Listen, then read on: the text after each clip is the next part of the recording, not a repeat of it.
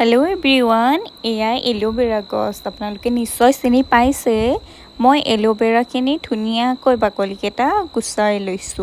এলোवेराখিনিৰে মই ধুনিয়াকৈ এটা পেষ্ট বনাম পেষ্টটো মই চুলিৰ বাবে বনাই আছো বাকি আপোনালোকে চাই থাককচোন মই কেনে ধৰণৰ পেষ্টটো বনাইছো আৰু ইয়াতে মই কি বস্তু এড কৰিছো আৰু আপোনালোকেও তেনে ধৰণে আপোনালোকৰ ফটা আৰু খৰাৰ বাবে চুলিবোৰ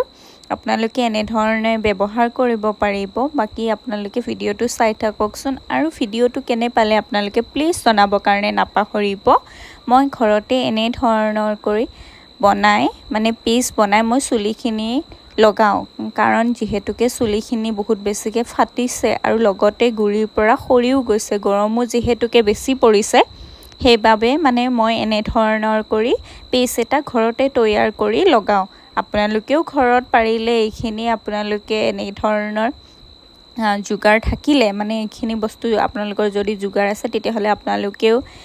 চুলিত লগাব পাৰিব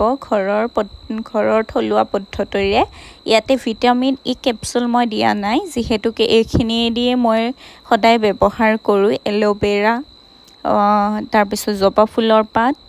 তাৰ পিছতে হৈছে জেতুকা এই গুটেইখিনি মিক্স কৰি মই ধুনিয়াকৈ চুলিখিনিত মই এয়া লগাই লৈছো চুলিখিনি যেতিয়া লগাই হয় আপোনালোকে কমেও 1 ঘন্টা বা নাইবা সময় নাথাকিলে আধা ঘন্টা হলেও আপোনালোকে ধুনিয়াকৈ লগাব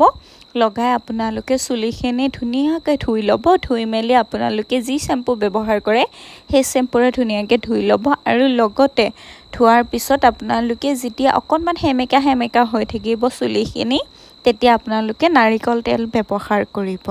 তেতিয়া আপোনালোকে চাব আপোনালোকৰ চুলিখিনি লাহে লাহে হৰাৰো বন্ধ হ'ব আৰু ফটাবোৰো নাইকিয়া আপোনালোকে সুন্দৰকৈ ঘৰতে এনে ধৰণৰ চেষ্টা কৰি চাব পাৰে আপোনালোকৰ নিজৰ চুলিখিনি যতন নিজে আপোনালোকে ঘৰতে থলুৱাভাৱে